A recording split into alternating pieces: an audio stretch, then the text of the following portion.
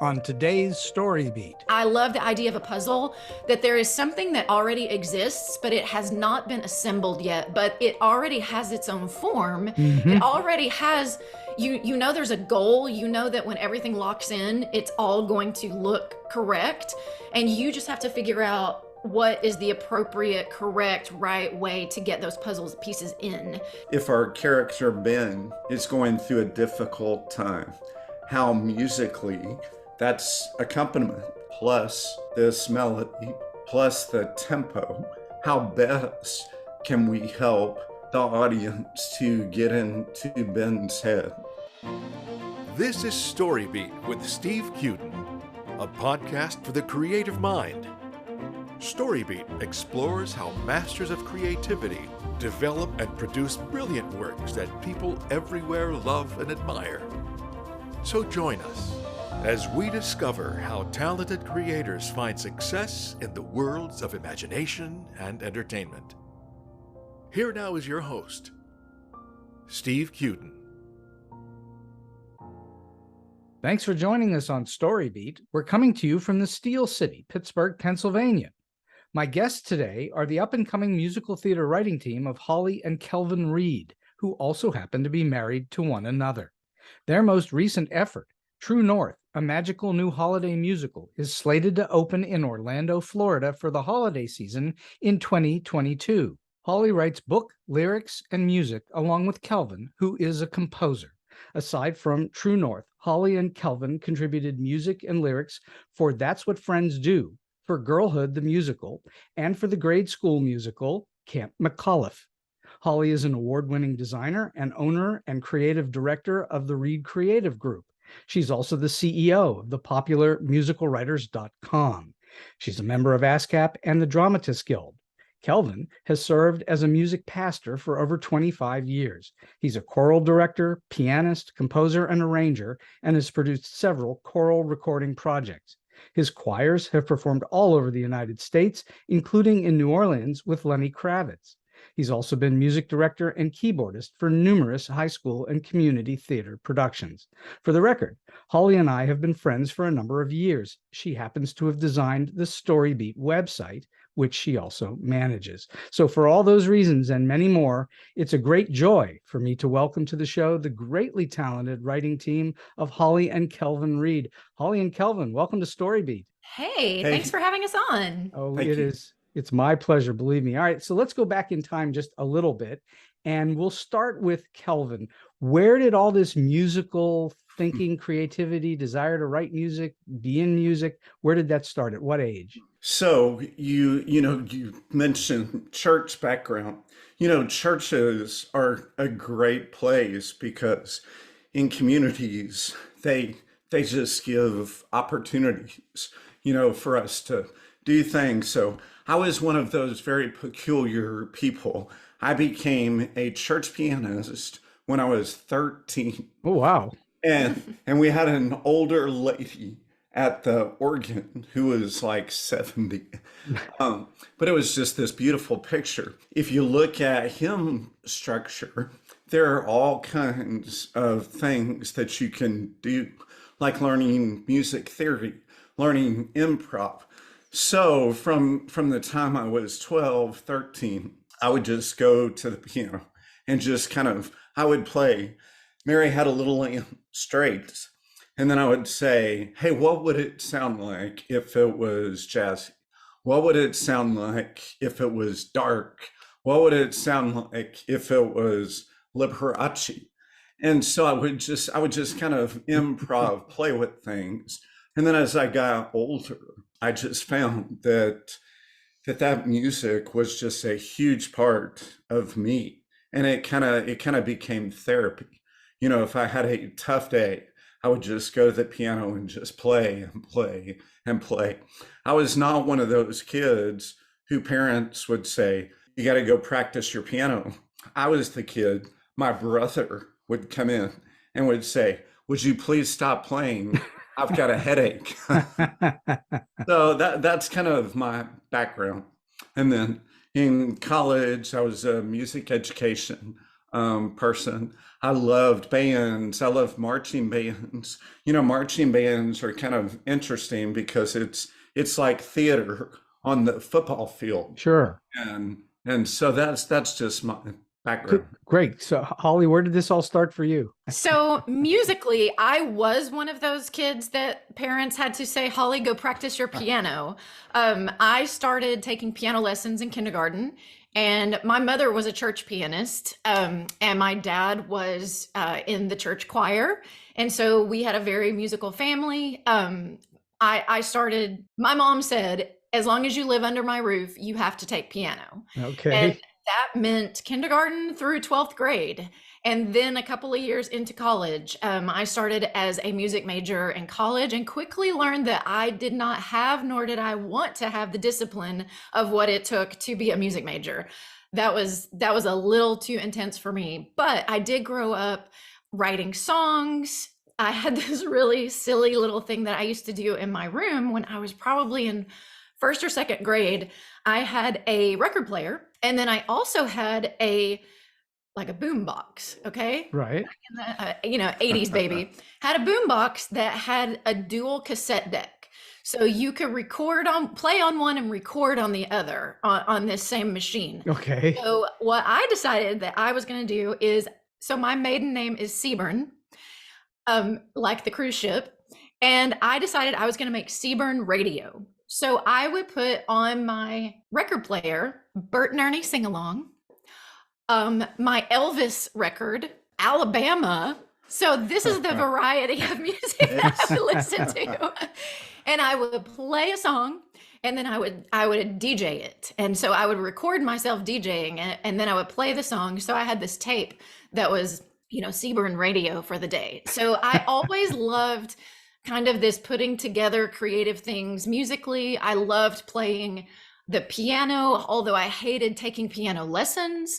I loved singing. I started singing at age 2.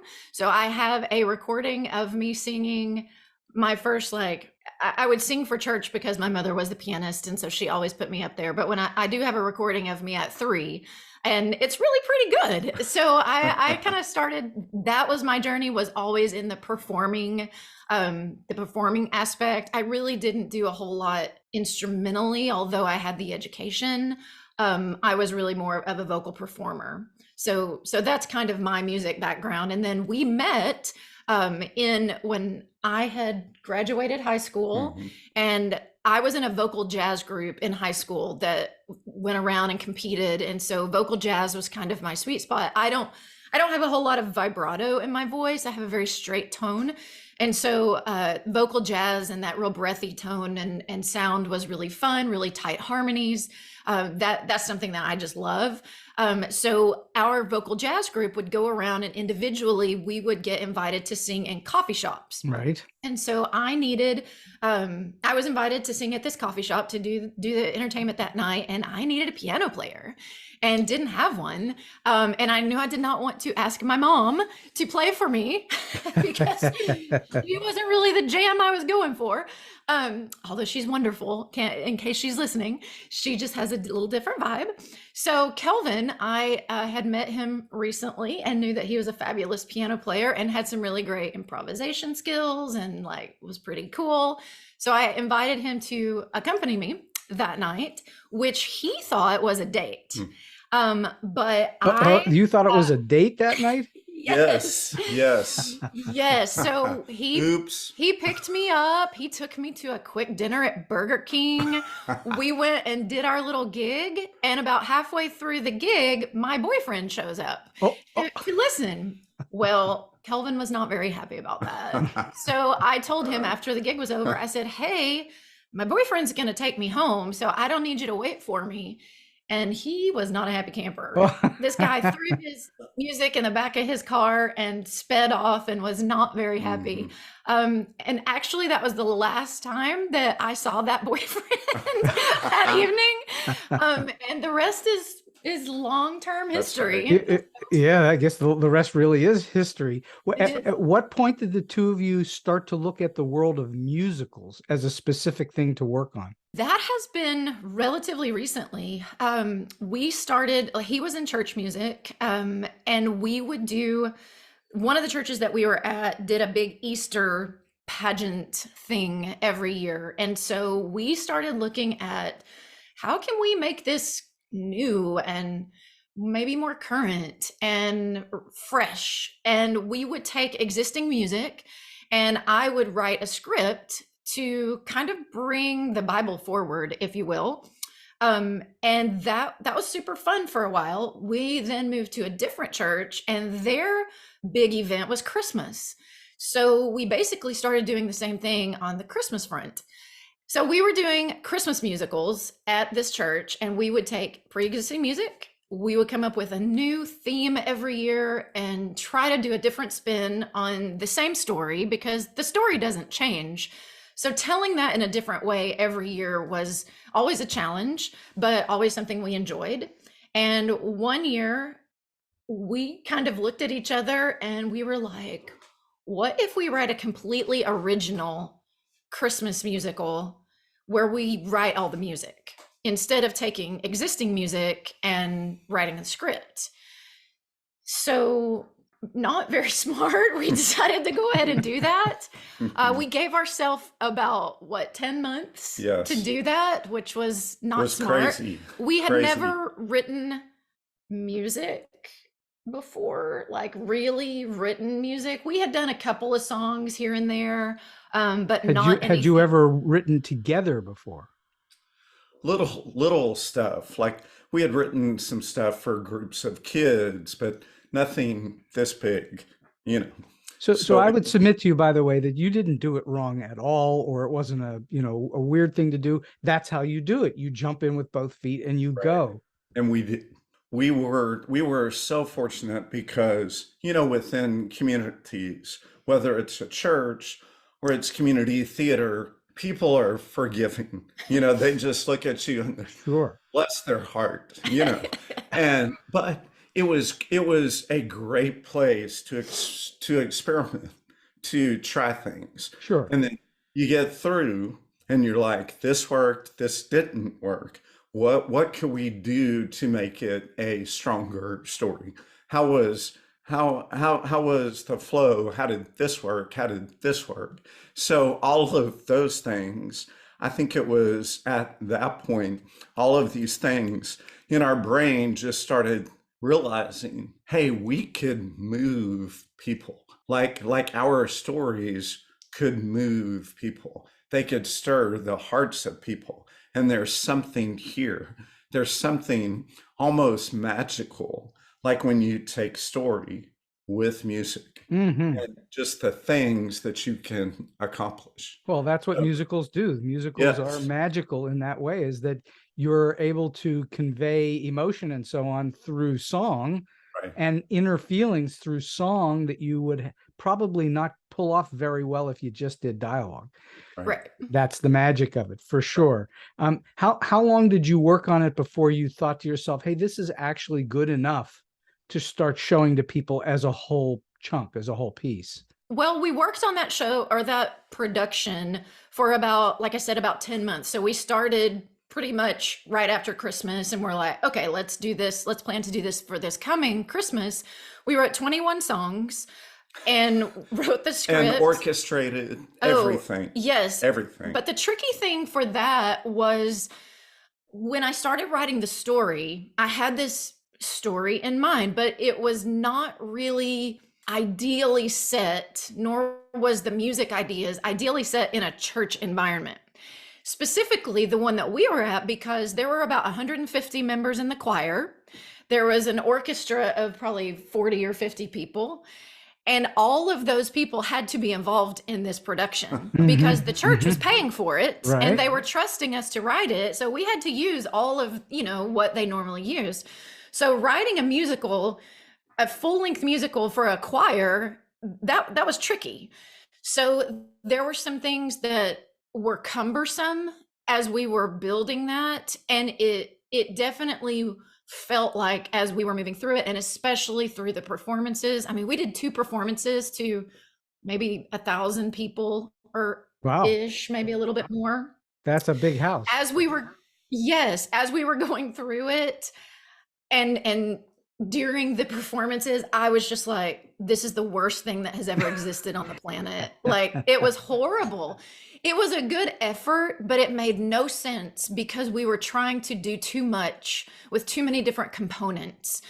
So after that weekend of performances and everything was over, all of our, like he said, the community and the church is always like, it's so good. I can't believe y'all did that. That was amazing. And I was like, that was horrible is what that was. But I knew that there was a nugget of story that was inside of this big thing that was really good and was really new and interesting and original. So from that point, I was like, let's scrap the whole thing, but let's keep this story nugget, this like essential plot thread, and let's rebuild from there. So I want the listeners to hear exactly what Holly just said, which is really important. Almost all musicals, especially modern musicals, take forever to get completed in the first place, let alone produced in the second place. And what Holly's talking about is really common, not unusual at all, where you've written and you think you have something, and then you put it in front of people, and then it turns out, wait a minute, this isn't quite right. And now let's go back to the drawing board and figure this thing out. But you've had the advantage, correct me if I'm wrong, you've had the advantage of actually done some kind of a first pass, and now you've actually put it in front of humans, and the humans have given you feedback, their reaction, and you can proceed forward from there. Am I accurate in saying it that way? Yes. And it's so painful.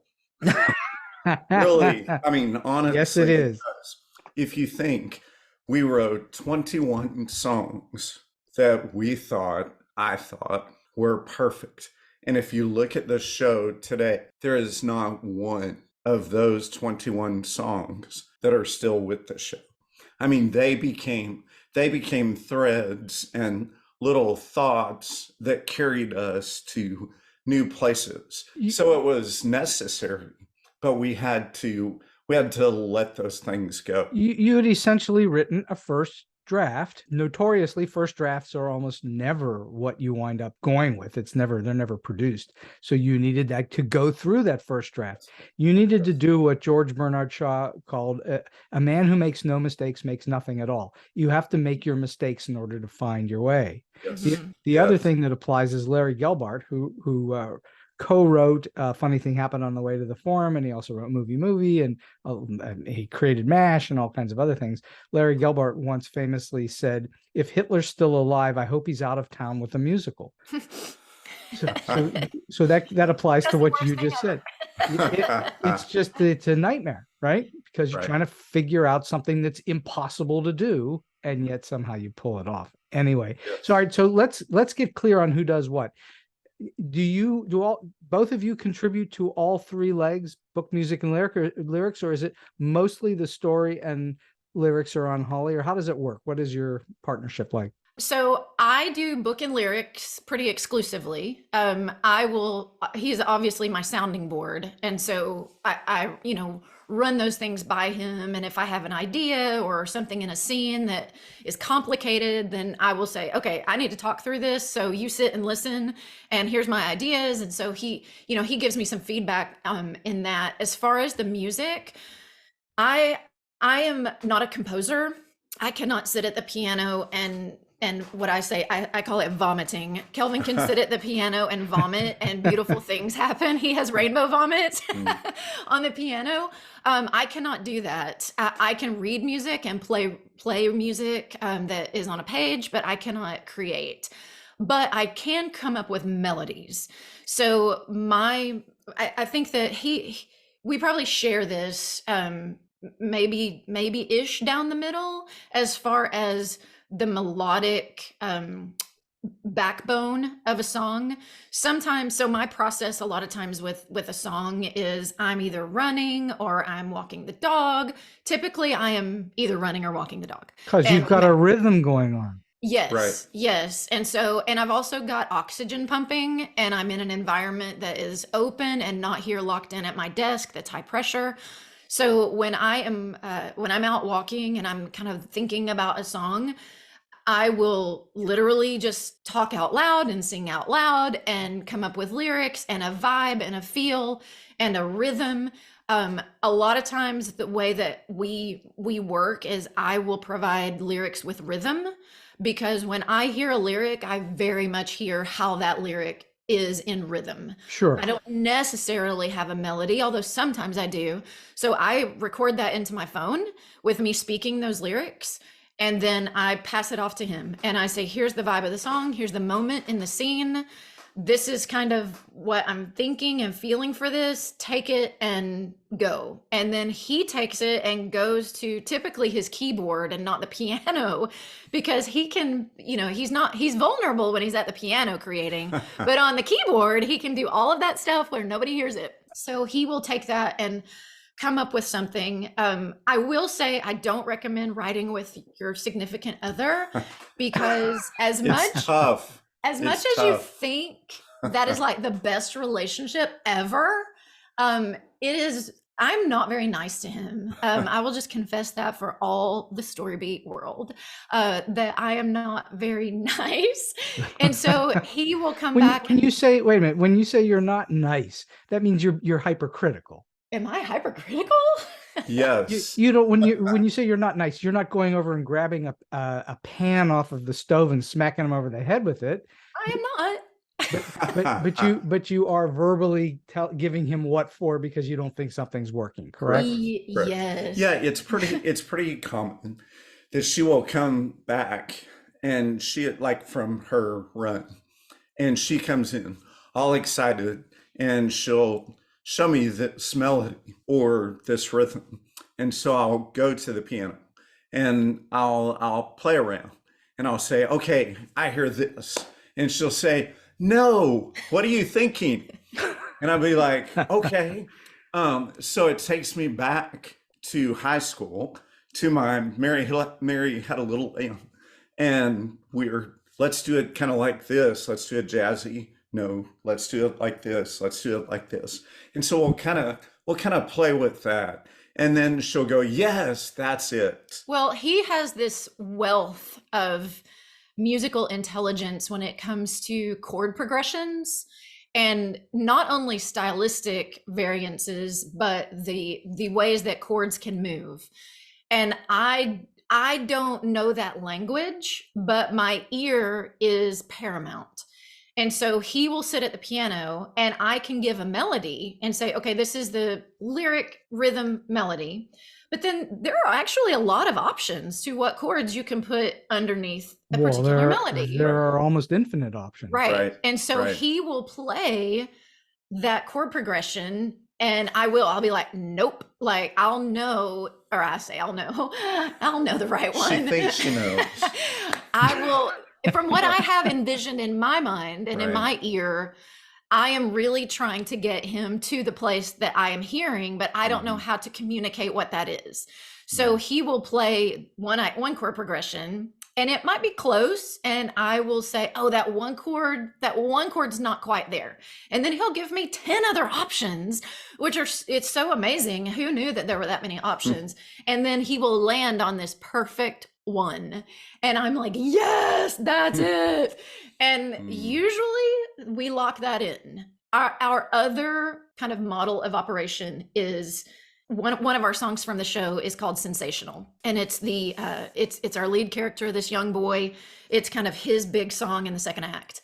And I wrote all the lyrics for that, but I didn't have any notion, any preconceived musically vision for what this song was going to be.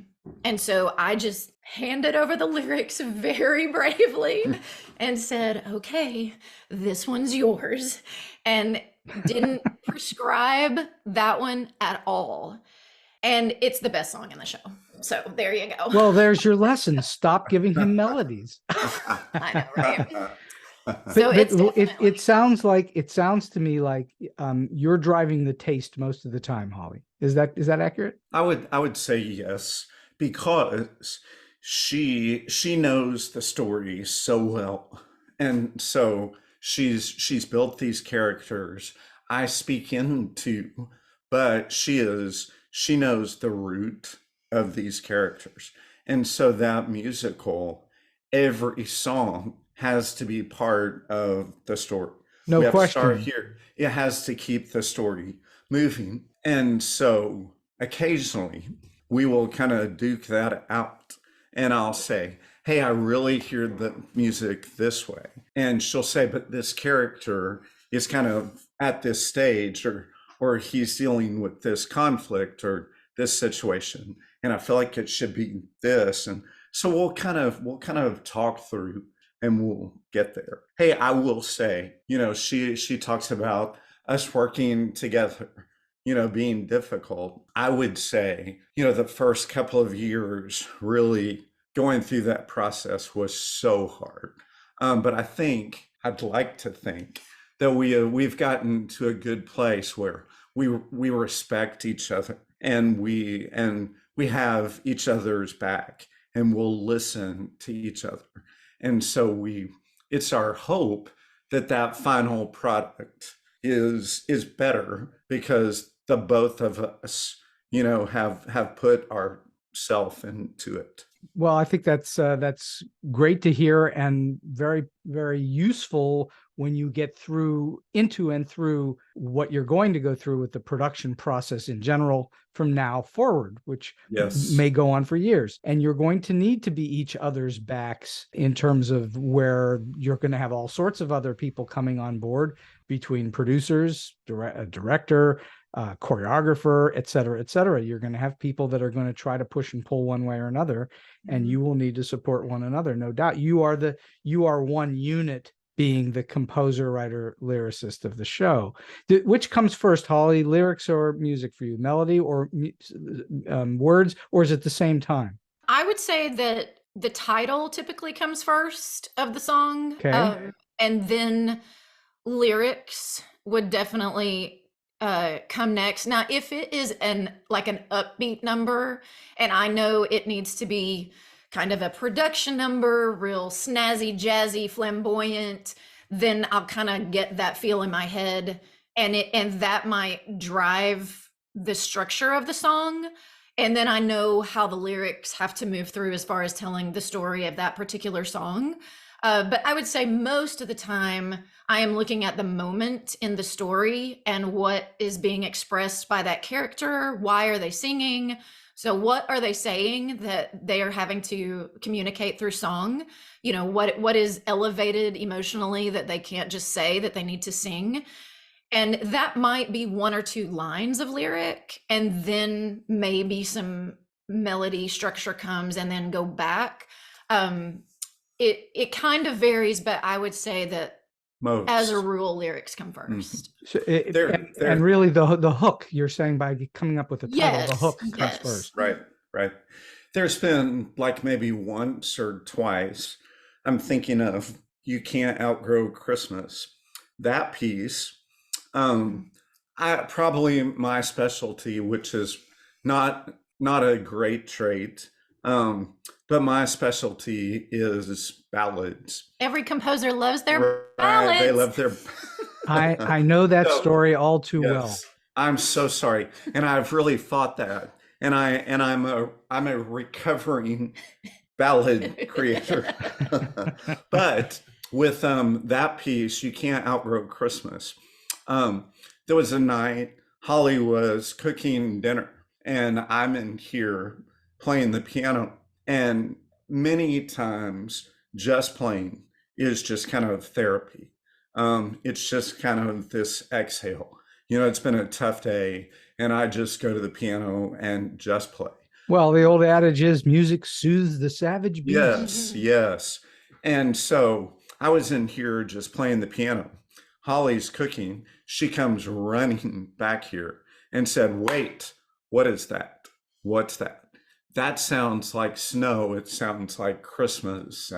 And so we kind of talk through that. And so she hears things where we can use this ballad, for the musical. So that's one example where it was actually music first. but most of the time it's lyrics. So, okay, so it's a great segue to ask, when you're creating the story, are you already spotting songs where they're going to go as you're creating the story, or did you just create a whole story first? So we had that story nugget, like I said, the plot. And when I first started with this Christmas show, which I wouldn't even say it's the same show. Mm-hmm. It was a first shot that we did, and this is not that show 2.0. It is a completely different animal, right? Completely. But back then, when we were like, let's write a show, I had just recently gotten into theater, had done some acting, was taking dance, was in vocal coaching, and was really, and this was probably 10 years ago, where I moved from really being more of a vocal person, vocal performance, and really tried to get on the stage and loved being on the stage, loved how different it is to be in theater and to be a performer telling a story, as opposed to being a vocal performer telling 1,000 stories every time you told a new song. Right. It was this like having a character that was a heightened, like a new dimension of that. So when I was kind of immersing and learning theater, I also, because Wicked was kind of the conversion moment for my life, I loved how it moved me, and that's a story in itself, but was so fascinated with Stephen Schwartz. And so started reading as much as I could, all the books, your book, Stephen's book, or Carol Degier's book about Stephen, and all the things about how to write musicals. And one of the things that kind of surfaced was, take index cards and, plot out your story and spot your songs. And so that was something that I did from the very beginning was, okay, I've got to put every significant moment on a card. So I can remember being in there on the dining table, had all my index cards everywhere. And I had, the story was written in black, the story points. And then I had blank cards that were going to be in red, which is where the songs would go. Right. And I just wrote song on that card. And so just spread those out, put them in chronological order, and then started putting song cards where I felt like there would be a moment for song. So didn't necessarily know what that song was or who sang that song, but knew that moment was going to probably be sung. And some of that was, was more, I say like ensemble based, like I knew it was going to be a big production number because it just lent itself to this high energy moment. And then some were definitely more isolated. Okay, this is going to be this character, dealing with his stuff right now. So that is kind of how those song spottings began. Again, that has changed and moved, and we have combined songs and we have deleted songs. Yes, obviously throughout that process, but that's kind of how that started. I want to point out that one of the things we a moment ago you were talking about, I think is absolutely true. Kelvin was saying it, and you were saying it too, Holly, that you don't really have much with just music. You really need the story first in order to write a musical that has some kind of a through line to it. You need to know what the story is, or what's the point of writing the music. Though you may write a song one day and say, hey, that belongs in a musical, that's not the musical. You need a story in order to get there. So how important to you then, Holly, would you say is structure? Oh, it's everything. I am not a free spirit when it comes to that kind of thing. Like I studied your StoryBeat, or not StoryBeat. What is your book? Beating Broadway. Yes, Beating Broadway. Studied that so much, like The Secret Life of the American Musical, that goes through all of kind of those standard song moments, the 7 plot points, which is in your book. That is something that I need and I love, it's like putting a puzzle together. So I am very much a puzzle putter together.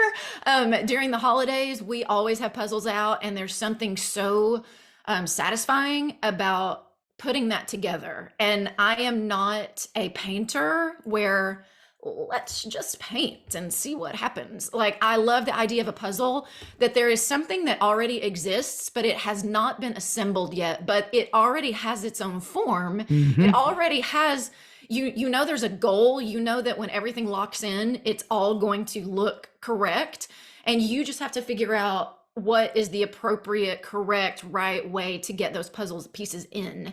And that challenge is, oh, I just love it. So I do love structure. And so, Kelvin, I'll flip that on you. Yes. How important is structure in writing a song, in writing the music, a composition?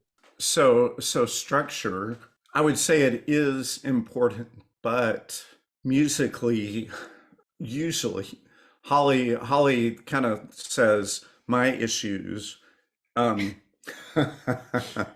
that she feels like it's probably too difficult, too much. When I hear things, I hear those things orchestrally. So I'm hearing all of these different colors. Not too difficult, but too complicated. Yes. Complex. Yes. Complex. Yes, correct. And so probably she would prefer that I had more structure, not really verse, chorus, but something that's a little more similar to some kind of structure. Well, does it come out more jazz-like, where it progresses, but it doesn't have a necessarily an identifiable structure in it? Is that what you're talking about? Not so much. It's really just all of the colors, all of the freedom to go lots of places. I like to say Holly is really my parameters, because I'm seeing all kinds of things, like within a particular style.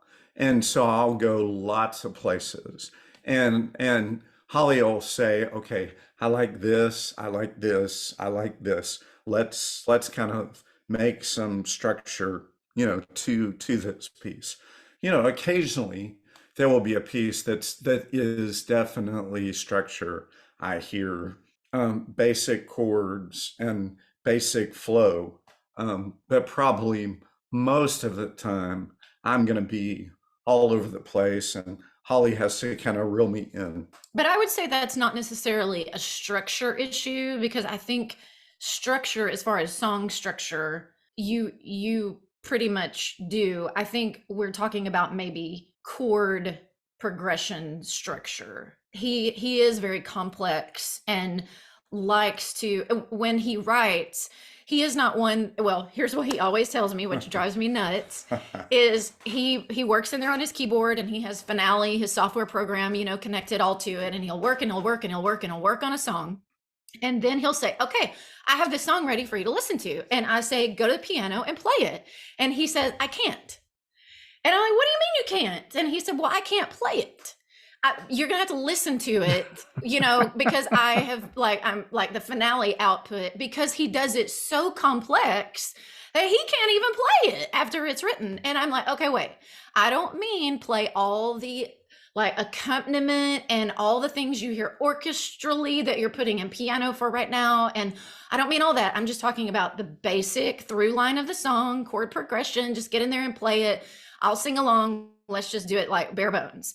He's like, sort of mostly melody and rhythm is what you're looking for. Yes. And Right. he has such a hard time paring it back down to that, because it's just this amazing color. Like, he doesn't deal with, I keep going back to painting, his palette is not 12 colors.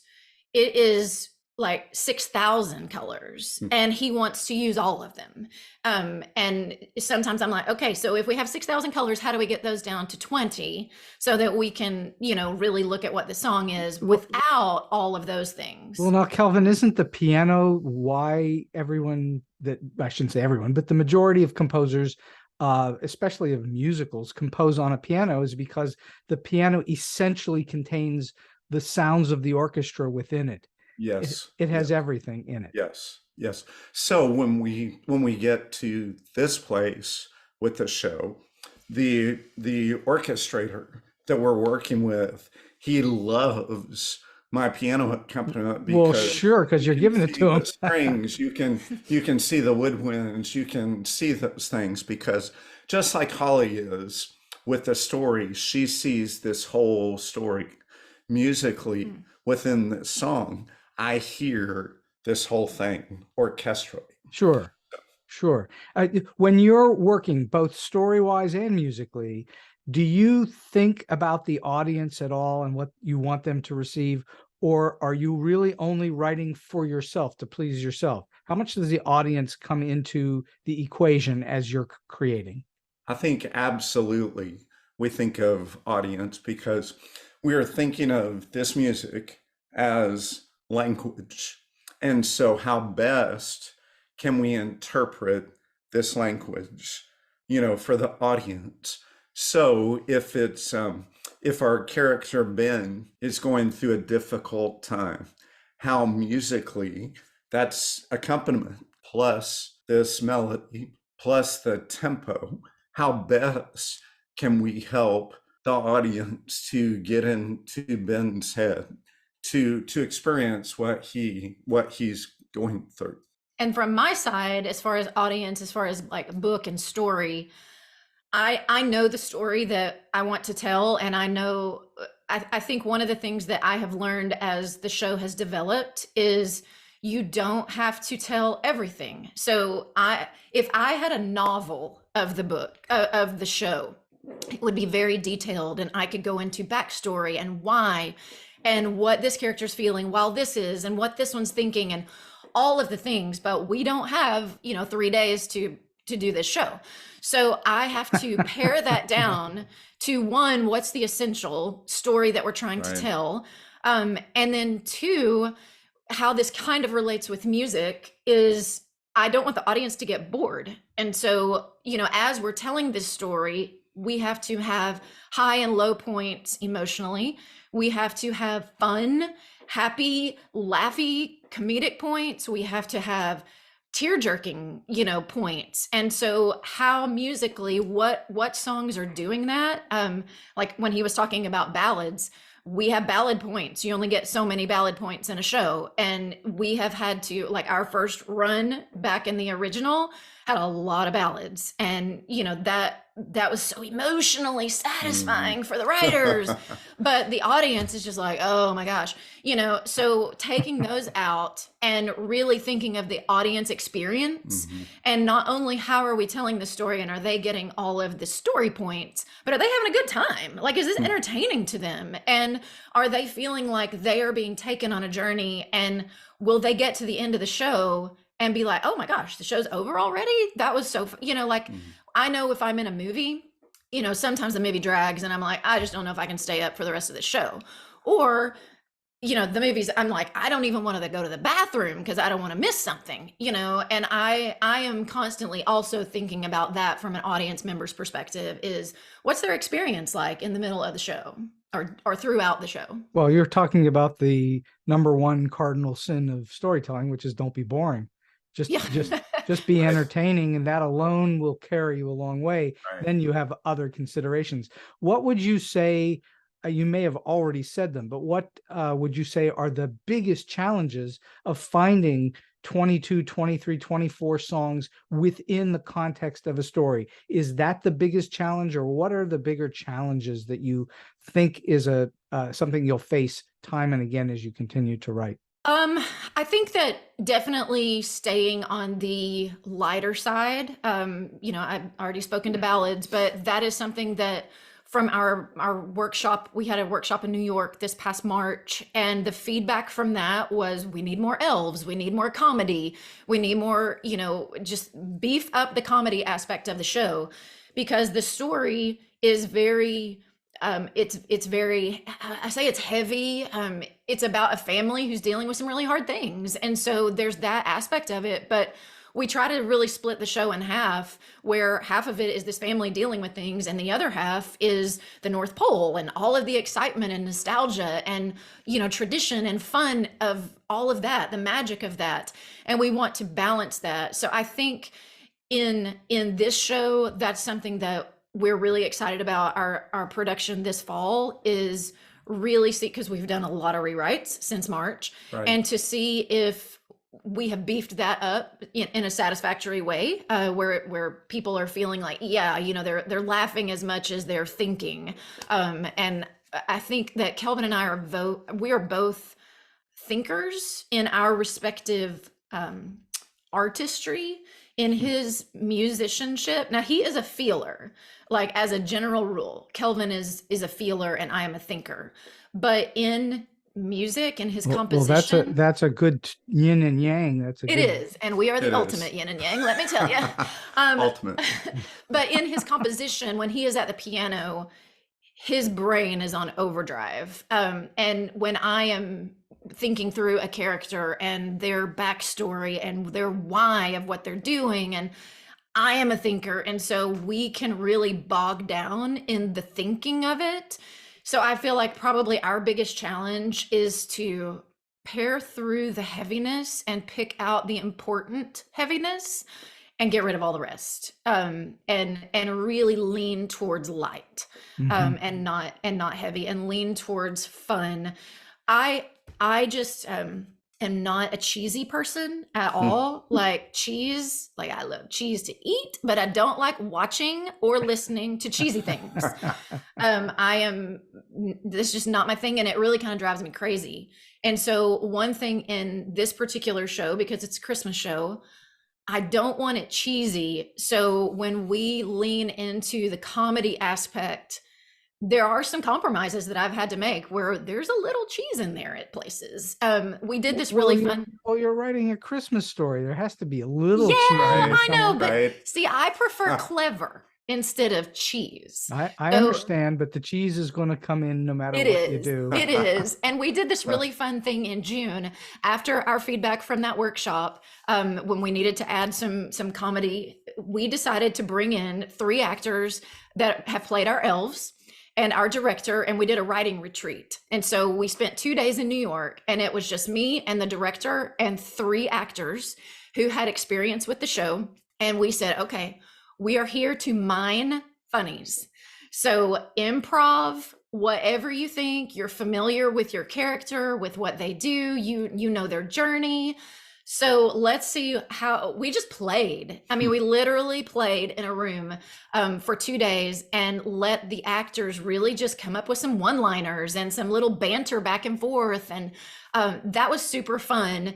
And some of it was really cheesy. And I was like, not using that. But then some things were cheesy but fun. And so that was a really fun way to let the actors just kind of let those things bubble up in, because that comedy, yes, I can write jokes and I can write one-liners in there.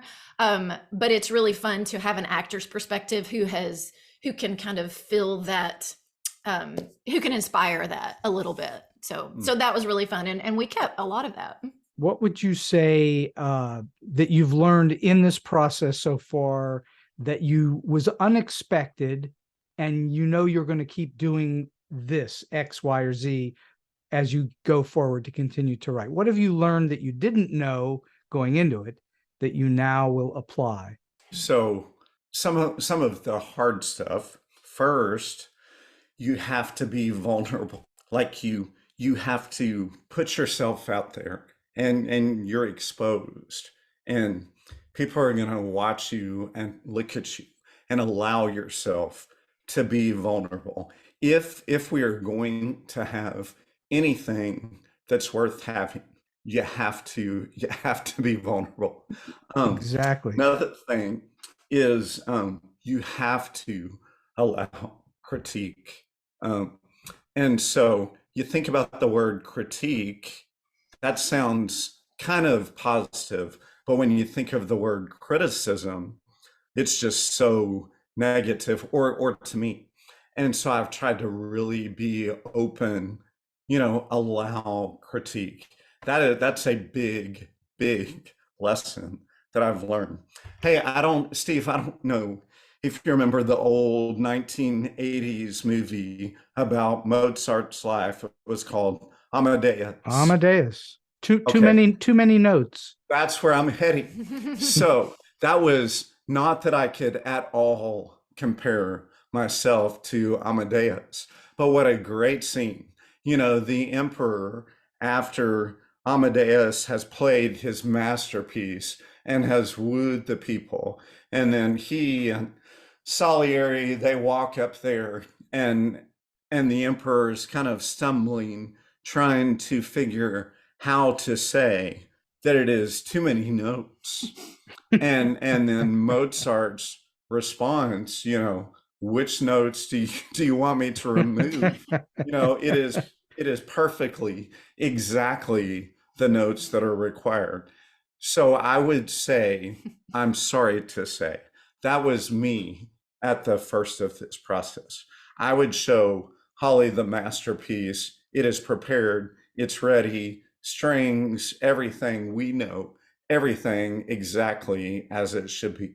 And then we like cut that up and we remove notes. And deep in my heart, I'm like, what were we thinking? Though we had every note just exactly as it needs to be. So kind of one of our phrases that we use often is kill your darlings. We have all of these darlings, and I think that we have killed every darling. I don't think there's anything left, but out of the ashes, if you will, gonna get all serious here. Out of the ashes, you birth some incredible things. Well, if you kill all your darlings, but you're left with one glorious darling, that's all you need. Right, Mm-hmm. Right. Same so for you, Holly. That's huge things I've learned. Yeah. I think that what we have learned is actually complementary to each other. When he said kill your darlings, I was thinking don't be precious. That's kind of the same thing. But for him, that journey that he has gone on, we started out pretty polar, where we were at opposite ends, if you will. Yes. And he would bring, like he said, this pre-done, finished masterpiece, and I would know. I mean, I knew that wasn't finished. I knew that that's not reality. And I had studied.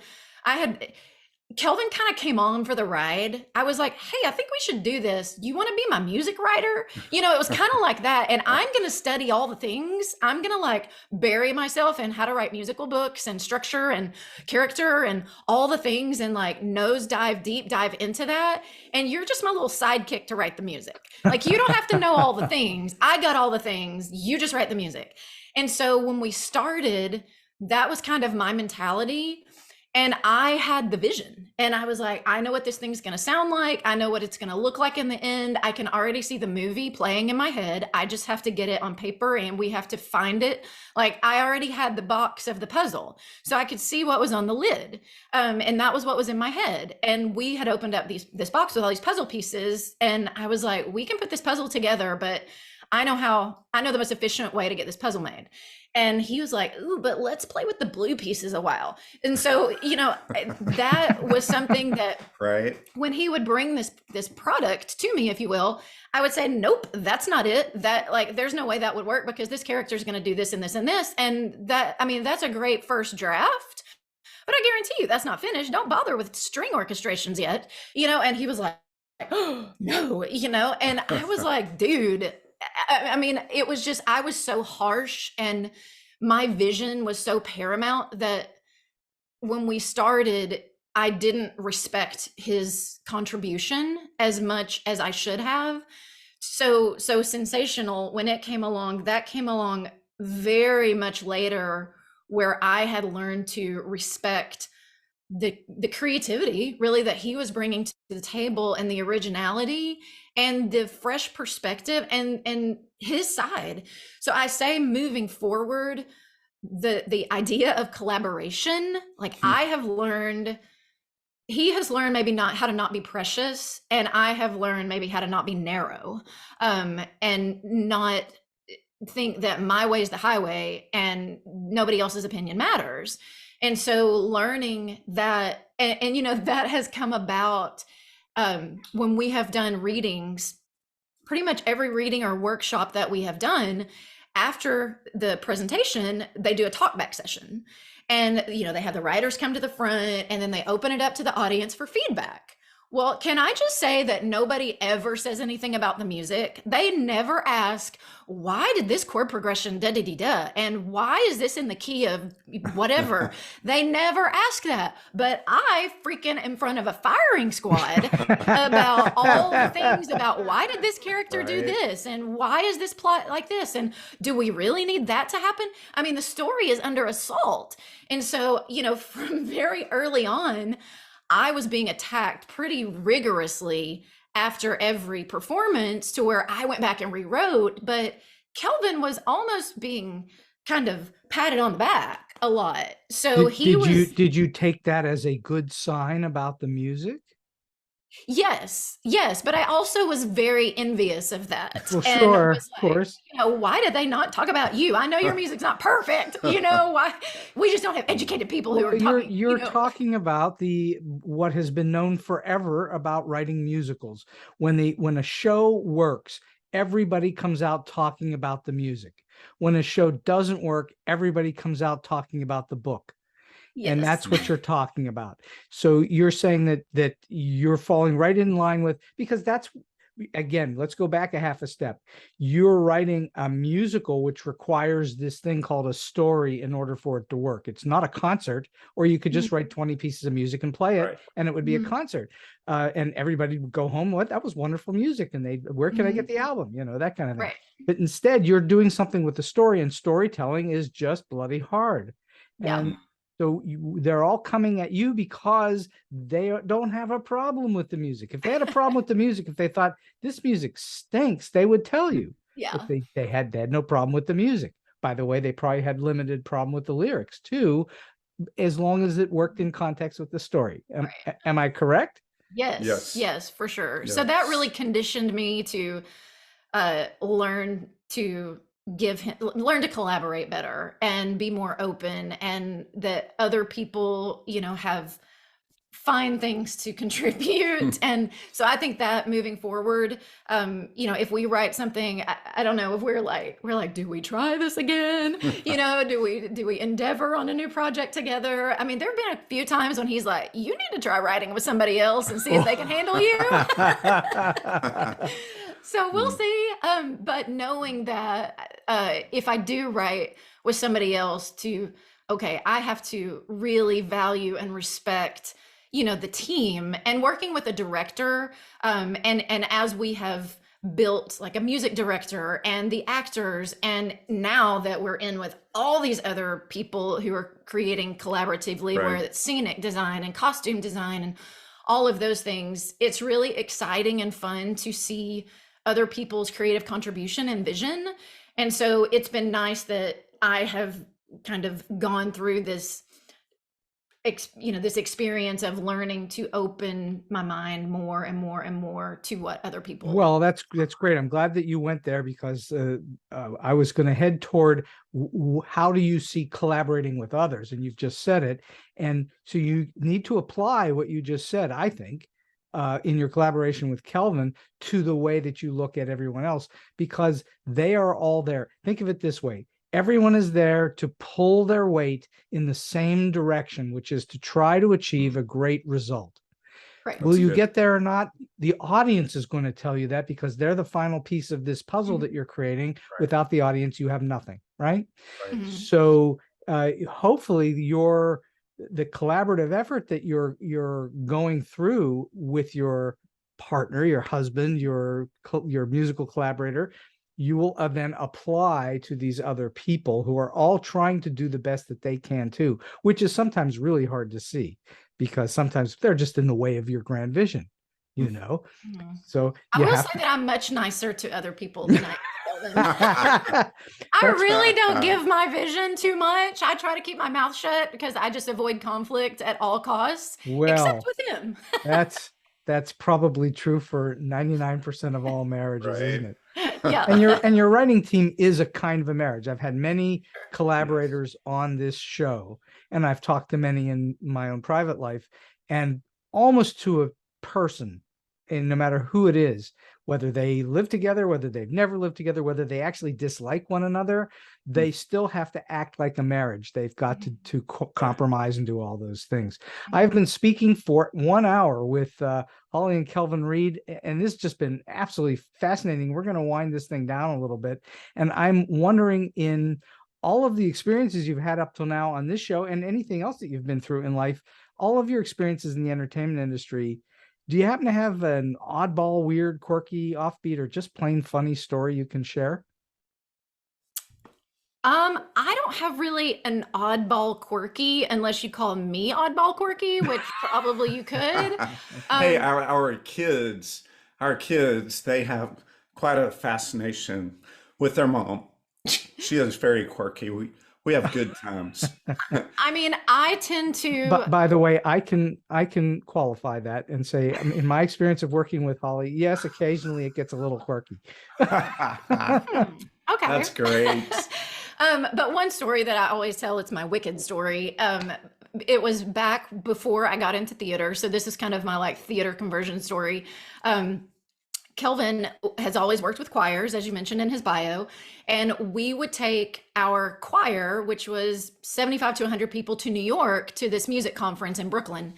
And so about 10 years ago, we took a choir, and a lot of these, this was like an older adults, not a lot of young kids. We do have student choirs that we also do that with, but this particular group was heavy on the senior side. And we took them for a weekend. We flew up on Thursday and we're coming back on Sunday, and the flight got delayed to New York.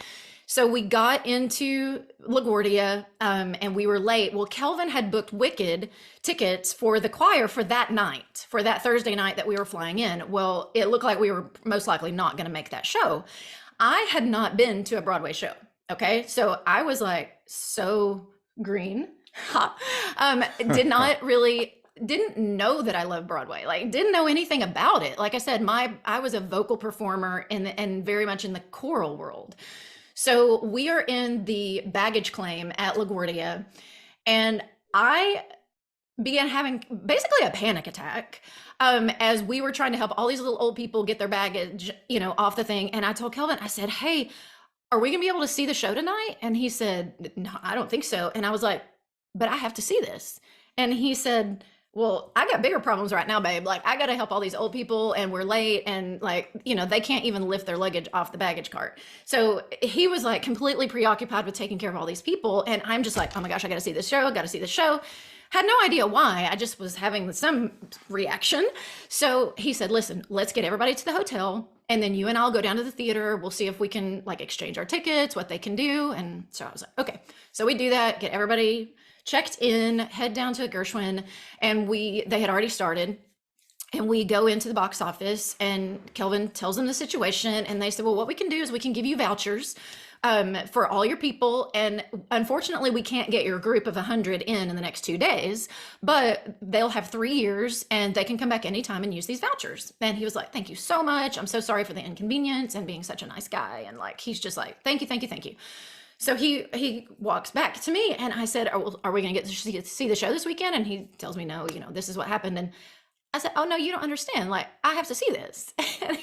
So I can march up to the ticket counter and said, I'm with him, and we really need to see this show this weekend. You don't have to have the whole group, but I need to see it this weekend. And so they look in their little computer thing, and they said, I'm sorry, ma'am, like, we're sold out for the next 2 days. And I said, no, you don't understand. Like, I have to see this show. And, this little person was like, well, I'm sorry. I said, is there somebody else that I can talk to? And so they're like, oh, okay. So they bring back, the manager or whoever's up the chain, comes to the window. And I said, listen, I really have to see this show while I'm here. And I just need you to know, I really have to see this show. And so this guy says, okay, ma'am, let me see what I can do. So he gets on his computer and he says, how is 7 from the front tomorrow night? I said, perfect. So we go see Wicked, and holy cow, I'm sure this is not the first time that this story has been told about like Wicked changing your life, but the sheer inspiration and relating to a character, and all of the way that I found myself and my story of me being told on stage, and how it moved me was it was overwhelming. Like I wept and wept and wept and was like, this is what I want to do. I want to tell stories that make people feel the way I felt when I was watching this show.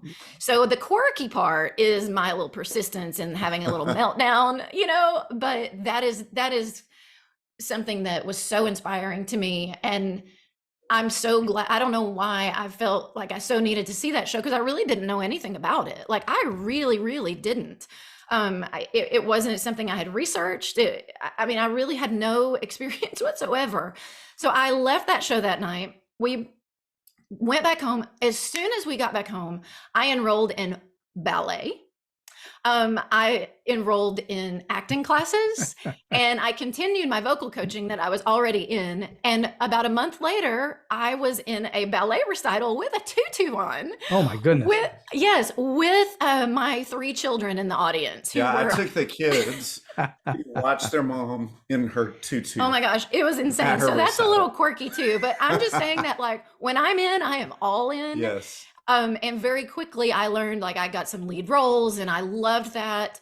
And I found myself wanting to direct and tell that story my way, and not submit to the actor role, but more be in a creative role. And so that's when that was the time that we started itching, or I started itching to be like, I think I want to write something. And I think I want to tell this story my way. And do something new and fresh, that's coming from a different place. So, by the way, do you not now know how he arranged those seats for you? No. You don't. Okay. So I'm going to tell you the trick that you bumped into, but you didn't know you bumped into it. Okay. You ready? Every single performance of every Broadway show, they hold back what are called VIP seats. Okay. They like hold house back seats for the producers. House seats. They are called house seats. They are usually between the 7th and 12th row. And they hold back a number of them so that the producers, if they want to bring somebody in, or the stars want to bring somebody in, you absorbed house seats. That's what happened. They don't like to give them out until 15 minutes before a show, when they'll release them between a half hour and 15 minutes before a show, because they hold them all the way up to that point in the day. Sometimes it's an hour earlier. It just depends upon the theater and the producer. But that you were so insistent that they said, okay, I'm going to give her house seats for tomorrow night. And that's what you got, were house seats. Yeah.